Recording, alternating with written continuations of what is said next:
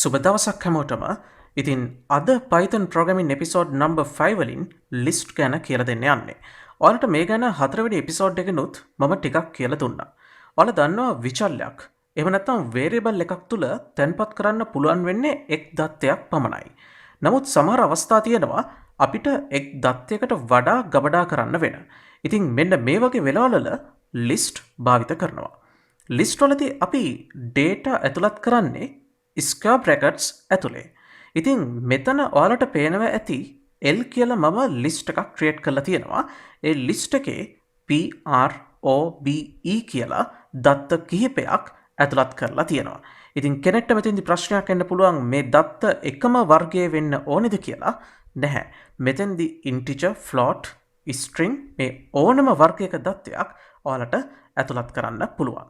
ඒ වගේම ලිස්ට් එකක දත්ත අගයන් ගොඩක් තියෙන නිසා ඒ දත්ත වෙන් කරලා අඳුනගන්න ඒ දත්තවලටම වෙන් වුණ ඉන්ඩෙක්ස් එකක් එහෙම නැත්නම් ස්ථානීය අගයක් අපි භාවිත කරනවා. ඉතින් ඔයාලට මෙතන පේනවා ඇති L කියන ලිස්ට් එකේ PROBE කියන data වලට අදාළව index values යෙදලා තියෙන විදිය. මේ index අගයන් ලිස්ට් එකේ left side එකේ ඉඳන් right side එකට යනකොට බිඳුවෙන් පටන්ගෙන 1 2 3 4 විදිහට වැඩිවීමක් වෙනවා. හැබැයි right side එකේ ඉඳන් left side එකට යනකොට negative index ඒ කියන්නේ right side එකේ කෙළවරේම data එක ඍණ 1න් පටන්ගෙන බිඳුවෙන් නෙමෙයි ඍණ 1න් පටන්ගෙන ඍණ 2 ඍණ 3 ඍණ 4 ඍණ 5 ආදී වශයෙන් ඇතුළත් වීමක් වෙනවා. මේ index හෝ negative index use කරලා අපිට list එකේ ඕනම දත්තයක් හෝ දත්ත කිහිපයක් වුණත් output කරගන්න පුළුවන්. හරි. අපි යමු එහෙනම් පළවෙනි example එකට. මෙතනදී මම list එක list x කියලා නම් කරලා තියෙනවා. ඉතින් මේ list එකේ ඔයාලට පේනවා ඇති විවිධ වර්ගවලට අයත් දත්ත ඇතුළත් කිරීමක් කරලා තියෙනවා. මේ program එකේ මම කරලා තියෙන්නේ list x වලට අදාළ දත්ත සියල්ලම එකපාර print කරන එක. මීට ඉස්සෙල්ලා episode number 4 එකේ for structure එක use කරලා list එකක data එකින් එක print කරන හැටි මම ඔයාලට කියලා දුන්නා. ඒක ඔයාලට දැන් display කරන link එකෙන් බලන්න පුළුවන්.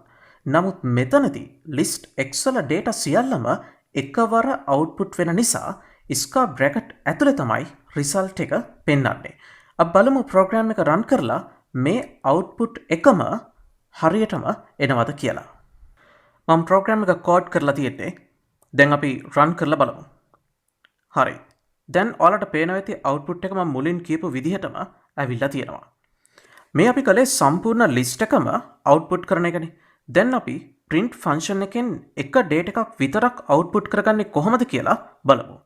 මෙතනදී print function එක ඇතුලේ list එකේ නම type කරලා square bracket ඇතුලේ index value එක දෙන්න ඕනි. මම මෙතන index එක විදිහට අංක 1 යොදලා තියෙනවා. ඒ කියන්නේ capital A අක්ෂරය මෙතනදී output වෙන්න ඕනි. program එක run කළාට පස්සේ දැන් output screen එකේ ඔයාලට පේනවා ඇති ඒ letter එක result එක විදිහට ඇවිත් තියෙනවා. ඔයාලට මේ program එක ඕනි නම් negative index use කරලත් කරන්න පුළුවන්. එතෙන්දී index value එක අංක 1 වෙනුවට ඔයාලා දෙන්න ඍණ 2 කියන අගය. එතකොටත් answer එක හැබැයි මේ විදිහටම එන්න ඕනි. ඔයාලා අනිවාර්යෙන් මේ program එක කරලා බලන්න. අපි යමු ඊළඟ example එකට. මම දැන් කියලා දෙන්න යන්නේ list එකක යම් පරාසයක් ඇතුලේ තියෙන දත්ත output කරන හැටි. මේ code එකේ ඔයාලට පේනවා print function එක ඇතුලේ list එකේ නම ඒ කියන්නේ list x type කරලා තියෙනවා. ඊට පස්සේ square bracket තුල අංක 1 colon අංක 3 විදිහට ඇතුළත් කරලා තියෙනවා. මෙතනදී කියන්නේ index number එක එකෙන් පටන්ගෙන 3 වෙනි index එක අතර data ටික කියන එකයි. ඒ කියන්නේ කිසිම විදිහකින් 3 වෙනි index එකට අදාළ data එක ඒ කියන්නේ capital B print වෙන්නේ නැහැ. ඒක හොඳට මතක තියාගන්න. අපි යමු program එකේ output result එකට. දැන් ඔයාලට මෙතන පේනවා ඇති result එක විදිහට අපිට ඇවිල්ලා තියෙන්නේ A සහ 3.99 කියන values විතරයි. හරි. තව දෙයක් කියලා දෙන්නම්. list එකේ යම් කිසි data එකක ඉඳන් ඒ data එකත් ඇතුළුව ඉදිරියට තියෙන සියලුම data output කරන්න ඕනි වුණොත් මෙන්න මේ විදිහට තමයි අපි code කරන්නේ. print function එක ඇතුලේ list එකේ නම square bracket ඊට පස්සේ data list එකේ කොතන index value එකේ ඉඳන්ද ඉදිරියට යන්න ඕනි කියන එක ඇතුළත් කරලා colon mark එක දෙන්න. දැන් මෙතනදී මට ඕනි A කියන data එකත් එක්ක 3.99 B C කියන අනිත් data ටිකත් output කරගන්න. එතකොට square bracket ඇතුලේ මම දෙන්නේ A කියන data එකට අදාළ index value එක. ඒ කියන්නේ අංක 1 කියන index value එක සහ colon mark එක. එතකොට output එක මෙන්න මේ විදිහට ඔයාලට display කරනවා. අපි මෙහෙම හිතමු. අපිට ඕනි දෙවෙනි index එකට ඉස්සෙල්ලා තියෙන data ටික output කරන්න. එතකොට square bracket ඇතුලේ දෙන්න ඕනි මුලින්ම colon mark එක. ඊට පස්සේ index value එක. හැබැයි එතනදිත් ඔයාලා දෙන index එකට අදාළ data එක output වෙන්නේ නැහැ. මෙතන දෙවෙනි index එකට අදාළ data එක 3.99. ඉතින් මේ 3.99 output වෙන්නේ නැහැ. output result එක විදිහට අපිට පෙන්වන්නේ 10 සහ A කියන අගයන් විතරයි. දැන් අපි බලමු list එකත් එක්ක use කරන functions, ඒ කියන්නේ ශ්‍රිත මොනවද කියලා. මම මුලින්ම කියලා දෙන්නේ min function එක ගැන. සරලවම කිව්වොත් මේකෙන් කරන්නේ list එකේ තියෙන data වලින් අඩුම value එකක්, ඒ කියන්නේ අඩුම අගයක් සහිත දත්තය output කරන එක. මේ function එක code කරනකොට print function එක ඇතුලේ min කියලා type කරලා brackets තුල list එකේ නම දෙන්න ඕනේ. මම මෙතෙන්දී list x y z කියලා වෙනස් දත්ත වර්ග වලින් යුක්ත list තුනක් code කරලා තියෙනවා. list x වල තනිකරම integer values තියෙන්නේ. list y වල string values විතරයි. list z වල integer සහ string වර්ග දෙකෙන්ම දත්ත ඇතුළත් කරලා තියෙනවා. මුලින්ම අපි මේ program එකේ output එක බලමු. මේක list x වල output එක ඔයාලට හොඳටම තේරෙනවා. minimum value එක වෙන්නේ 30. හැබැයි list y වල කොහොමද output එක capital A කියලා ආවේ?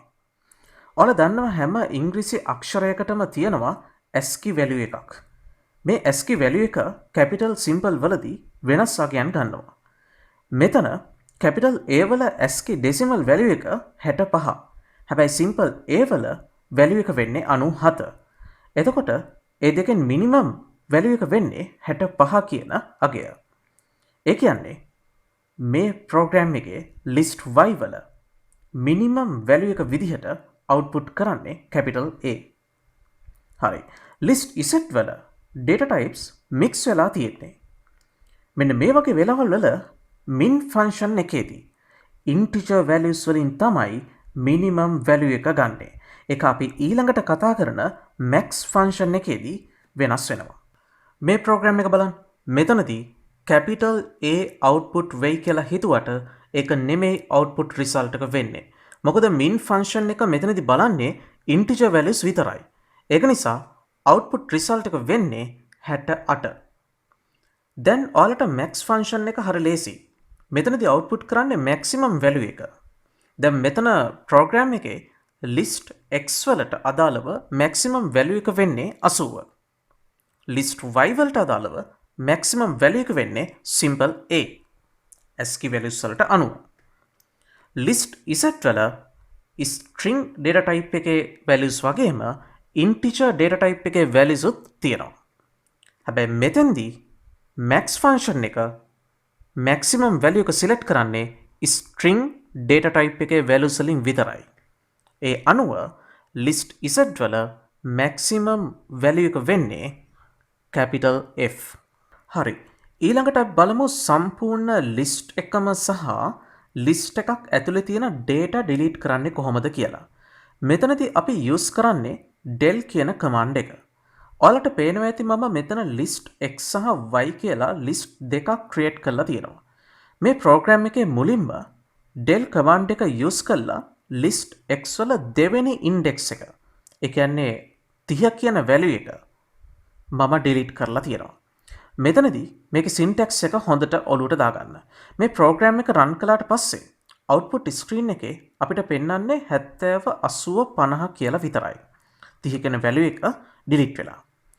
ඊට පස්සේ list y print කරලා ඊළඟ statement එකෙන් list y delete කරලා නැවත print කරනවා.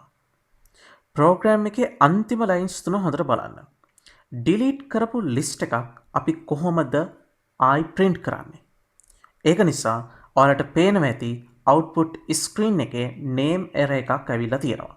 ඉතින් මේ error එක අයින් කරන්න නම් අන්තිම print command එක අයින් කරන්න වෙනවා.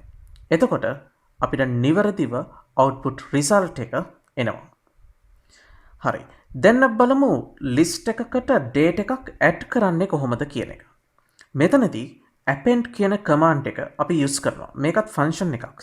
දැන් මේ program එකේ list x සහ y මම මුලින් print කරලා තියෙනවා. ඊට පස්සේ list x වලට 90 කියන value එකත් list y වලට blue කියන value එකත් add කරලා තියෙනවා. මෙතන syntax එක තමයි මුලින්ම list එකේ නම ඊට පස්සේ dot එක ඊළඟට append command එකත් එක්ක වරහන් ඇතුලේ add කරන්න ඕනි value එක. මතක තියාගන්න මේ විදිහට අලුතෙන් add කරන data list එකේ අන්තිමට තමයි ඇතුළත් වෙන්නේ. ඊළඟට බලමු sort සහ reverse කියන function දෙක. මේකද මම මුලින්ම කතා කරන්නේ sort function එක ගැන. sort function එකේ වෙන්නේ list එකේ data ascending order එකට. ඒ කියන්නේ ආරෝහණ ආකාරයට පෙළගැස්වීමක්. හැබැයි string values වලදී ASCII value එක අනුව තමයි ascending order එක හදන්නේ.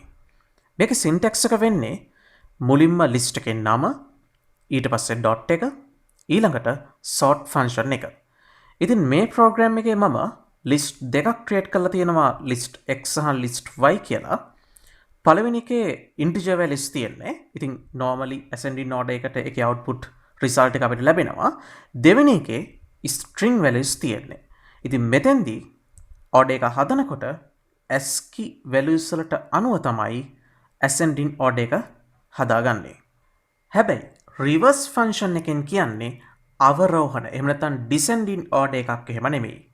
මෙතනදී list එක ඇතුලේ data තියෙන පිළිවෙලටම අග සිට මුලට output කරන එක තමයි වෙන්නේ. ඔයාලට මේ program එකේ output result එකෙන් මේක හොඳට තේරුම් ගන්න පුළුවන්. දැන් මෙතනදී list x වල reverse function එක කියලා කියන්නේ බලන්න list එක තියෙන්නේ 70 80 30 50 කියලා. එහෙනම් අග ඉඳන් මුලට තමයි output result එක එන්නේ. එතකොට 50 30 80 70. ඒ වගේම තමයි list y වල reverse function එක ක්‍රියාත්මක වෙනකොට සාමාන්‍යයෙන් list y එක තියෙන්නේ cf ඊට simple a නැවත capital B a. එතකොට ඒ විදිහටම අග සිට මුලට output result එක එනවා capital A B simple a නැවත capital F C. මේ එපිසෝඩ් එකේ අන්තිම සෙග්මන්ට් එක තමයි set function එක. මේක ටිකක් විශේෂ function එකක්.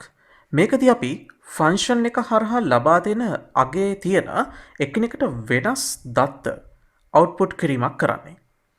ඔයාලට පේනවා ඇති මේ program එකේ B D E F G අක්ෂර එකකට වඩා යෙදිලා තියෙනවා. ඊට අමතරව A C අක්ෂරත් තියෙනවා. මේ සම්පූර්ණ data එක ගත්තොත් මේක හැදිලා තියෙන්නේ A C B E D G F කියන අක්ෂර වලින්. ඉතින් set function එකෙන් කරන්නේ මෙන්න මේ සම්පූර්ණ data එක හැදිලා තියෙන එකිනෙකට වෙනස් දත්ත කොටස් output කරන එක. මේක syntax එකක් ටිකක් වෙනස්. ඒක නිසා හරියටම ඔලුවට දාගන්න. මේ output එකේ පිළිවෙලක් නැහැ. පළවෙනි සැරේ program එක run කරනකොට තියෙන data වල පිළිවෙල දෙවෙනි සැරේ වෙනස් වෙන්න පුළුවන්. ඒකත් හොඳට මතක තියාගන්න. මොකද සමහර අය මේ data පිළිවෙල හොයන්න යනවා. ඒක අපිට කරන්න බෑ. මේක program එක run කරන, ඒ කියන්නේ එක සැරයක් run කරලා ආයි නැවත run කරනකොට මේ function එකට අදාළව data වල තියෙන පිළිවෙල වෙනස් වෙන්න පුළුවන්. ඉතින් අද tutorial එකේ programs ප්‍රමාණය ටිකක් වැඩි නිසා මම break continue commands ඊළඟ එපිසෝඩ් එකේදී ඔයාලට කියලා දෙන්නම්. මොකද ඊළඟ එපිසෝඩ් එක අපිට තියෙන්නේ tuple සහ dictionary ගැන කතා කරන්න. list එක වගේම තමයි. හරි.